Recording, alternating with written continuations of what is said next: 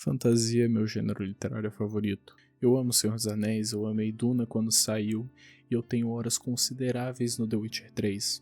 E é, sem dúvidas, a melhor experiência que eu venho tendo com fantasia é Stormlight Archive, a série do Brandon Sanderson, que só falta os apócrifos traduzidos para o nosso lindo Tupiniquim.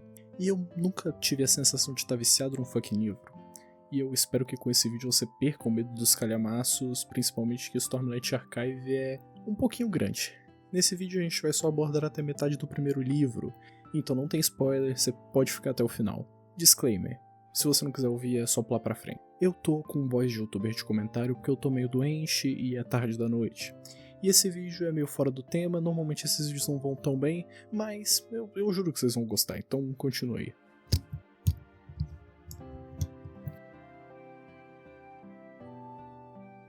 Nossa história se passa em Roshar, um planeta castigado por tempestades absurdamente violentas, onde tudo, da natureza às culturas, precisou se adaptar para sobreviver.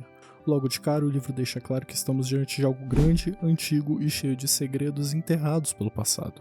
A narrativa acompanha principalmente três figuras bem diferentes: Kaladin, um soldado quebrado pela guerra e pela injustiça, Shallan, uma jovem estudiosa envolvida em segredos perigosos, e Dalinar, um grande general tentando entender visões estranhas que podem mudar o destino do mundo.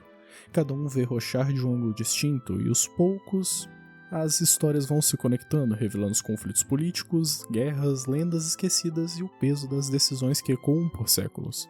E a gente se aprofunda mais nesses personagens daqui a pouco. O ritmo de The Way of Kings, ou O Caminho dos Reis, o primeiro livro de alguns, é mais de construção do que de explosão imediata, mas isso é o charme principalmente. O livro ele planta alguma ideia aqui e ali, personagens e mistérios com muito cuidado, recompensando quem se deixa levar pela jornada. É aquela leitura que começa devagar, te envolve sem perceber, e quando você fecha o livro entende que acabou de entrar em um universo no qual não vai querer sair tão cedo. Agora, falando um pouco mais do mundo e de suas lendas. É impossível não mencionar os Fractários, eles são figuras quase míticas do passado de Roshar.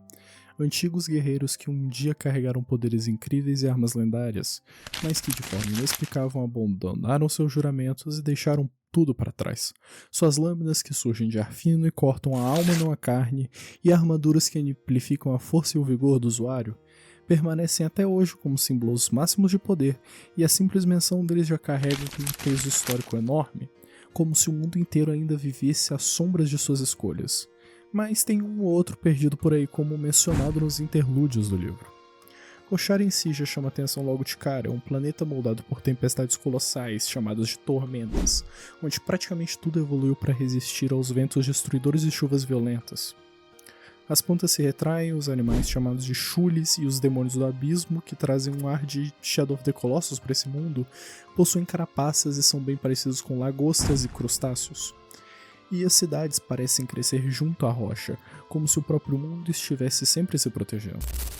Essa sensação constante de estar sobrevivendo molda a cultura, crenças e a forma como as pessoas enxergam honra, guerra e tradição.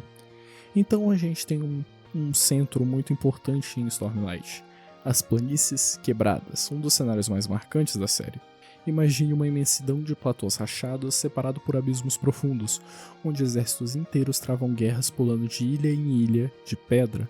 É um campo de batalha tão estranho quanto épico, carregado de tensão, estratégia e mistério, o que deixa claro desde cedo que Stormlight não é só sobre personagens, é sobre um mundo inteiro vivo, cheio de histórias esperando para emergir, e é muito importante você entender a guerra como um jogo. A gente pode começar falando do meu personagem favorito, o Kaladin, ex-Seller e senhor da guerra, agora escravo e carregador de pontes, completamente moldado pela perda, por ter gente que depende dele, e ele é acompanhado pela porrinha mais fofa que existe. Este demônio dessa fadinha chamada Sil é um anjo em pessoa, puta que pariu. Pra quem ele carrega pontes? Pro exército aletiano. Pra que essas pontes? Para atravessar as rachaduras das planícies quebradas. Pra que atravessar essa praga? Você vai ter que entender depois e explicar os personagens importantes dessa merda.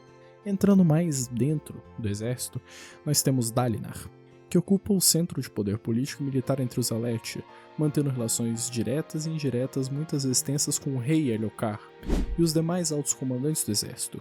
Em meio a jogos de poder, vaidade e ambições pessoais, Dalinar se destaca por tentar manter um ideal de honra em um ambiente constantemente desafiador. Isso faz parecer antiquado para alguns, perigoso para os outros, já que sua postura ameaça o equilíbrio frágil entre os príncipes de guerra que são os financiadores dessa guerra. A história de Dalinar também é profundamente marcada por seus irmãos, especialmente por Gavilar, o antigo rei pai de Elhokar, e a morte de Gavilar não apenas abalou o reino, mas deixou em Dalinar um peso constante de culpa, luto e dúvidas não resolvidas. Suas lembranças do passado, de guerras travadas lado a lado de suas escolhas feitas, moldam sua relação com Elhokar e influenciam cada decisão que ele toma. E isso também moldou o próprio Elhokar, já que o Elhokar é um cara muito neurótico e muito paranoico, o que dá uma desmoralizada no Império Alete. E no mais fundo, nesse caso de famílias, temos Jasnah, sobrinha do Dalinar. Ela surge como uma intelectual firme e implacável cuja história é profundamente ligada com a relação complexa com seus irmãos e com a própria família real.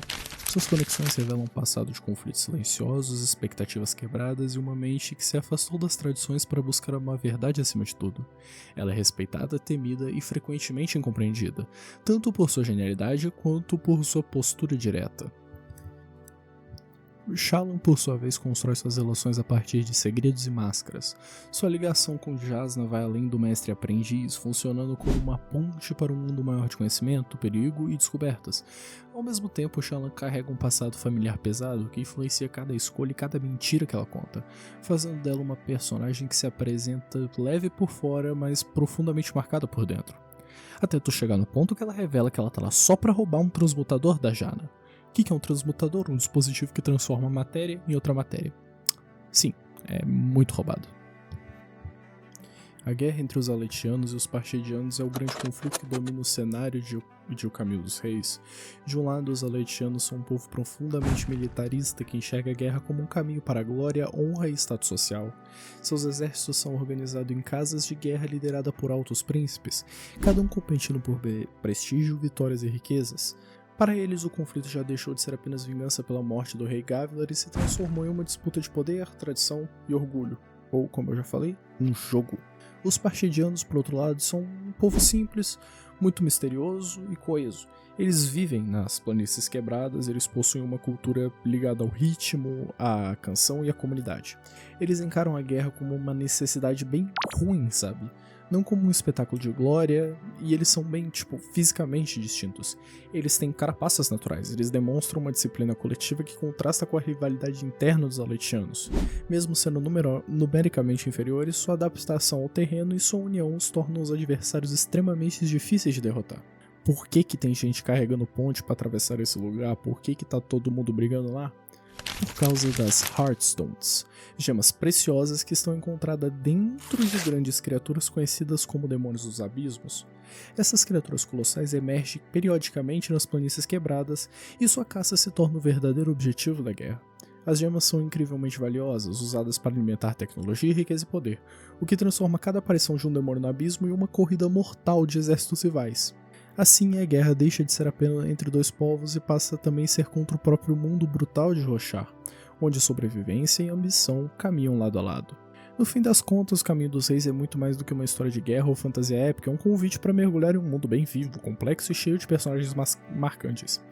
Se essa introdução ao universo despertou sua curiosidade, dá uma chance ao livro e deixa Roshar te puxar para dentro de suas tempestades, promessas e mistérios. E se esse conteúdo te ajudou a entender melhor o começo na saga, ou só fez você conhecer algo novo, não se esquece de deixar o like, isso apoia demais o canal e demonstra que você quer ver mais conteúdos como esse. Por hoje é só, e até mais ver.